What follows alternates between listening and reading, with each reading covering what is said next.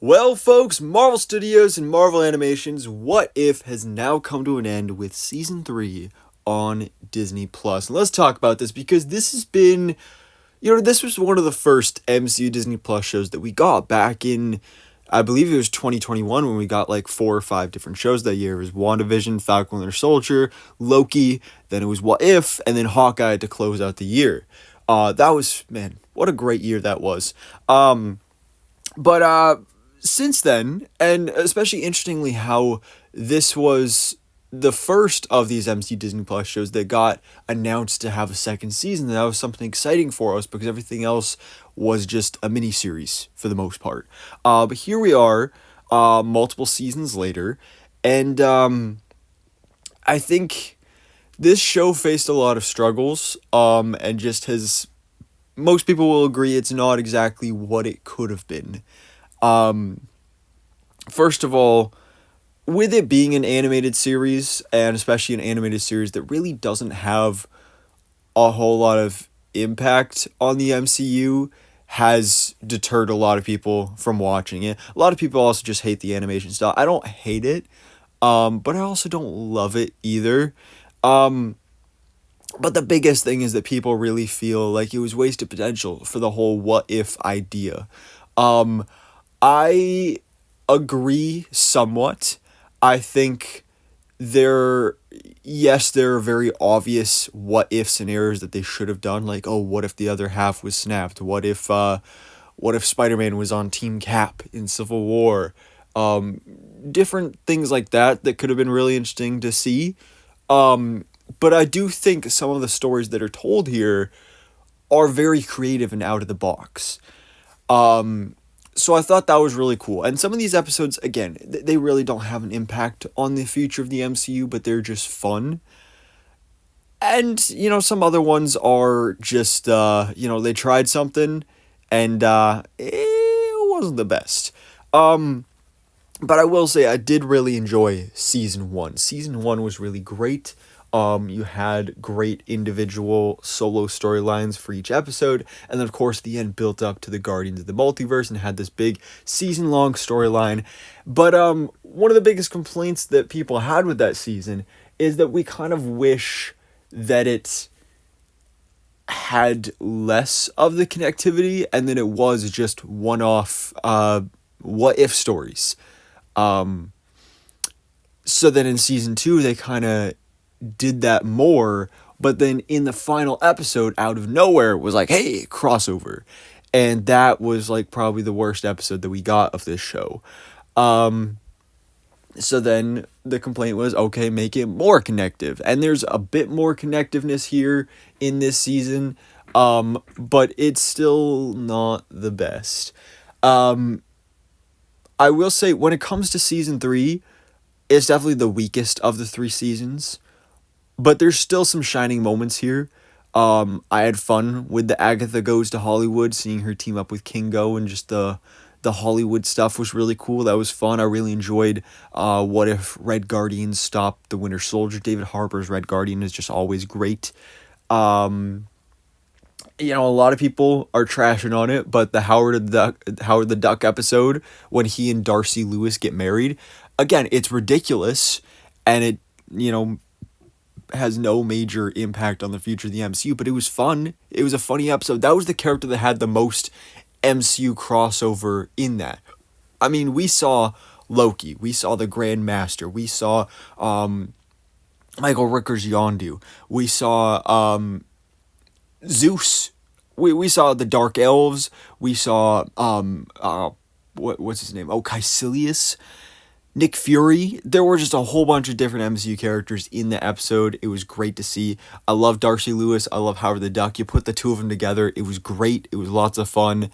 And then, of course, that brought us Birdie later on down the line, which Birdie was a weird character. I find it so fascinating how big actors did some voice work for this season, and it just feels so out of nowhere. I mean, Natasha Lyonne as Birdie makes sense because she's been cast in Fantastic Four. No, I don't think she's playing Birdie in live action. She's either playing Alicia Masters, or maybe the voice of Herbie in Fantastic Four. So I think Marvel was just kind of like, hey, you want to also do a voice in What If? She agreed.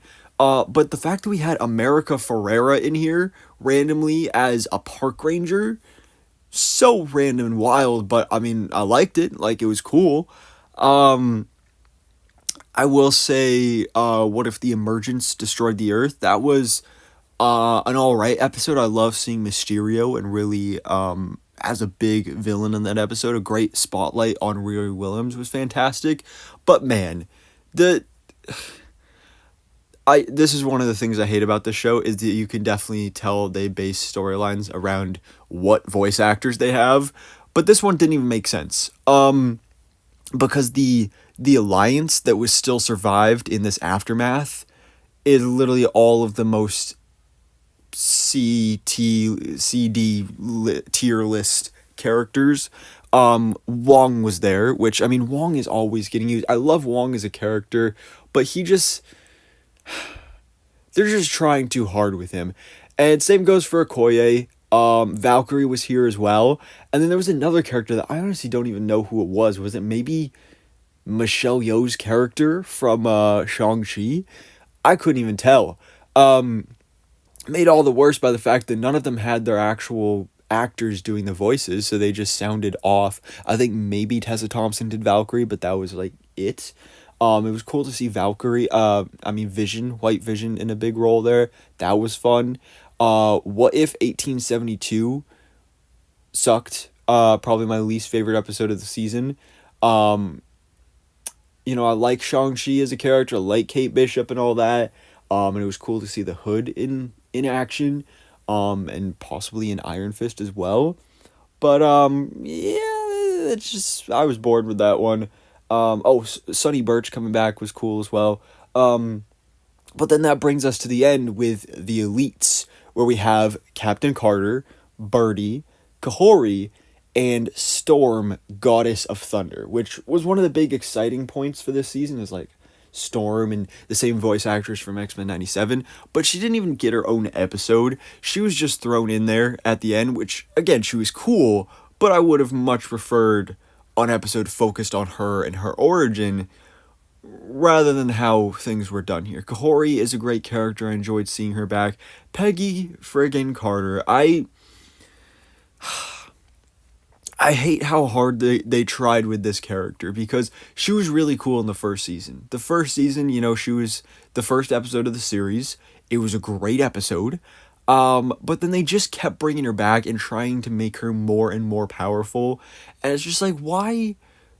First of all, what makes her so special that in season 2 she gets all those Infinity Stones and the Hela headdress and like all these different weapons and artifacts, and she's just this most powerful character. And then in season 3 she becomes a Watcher.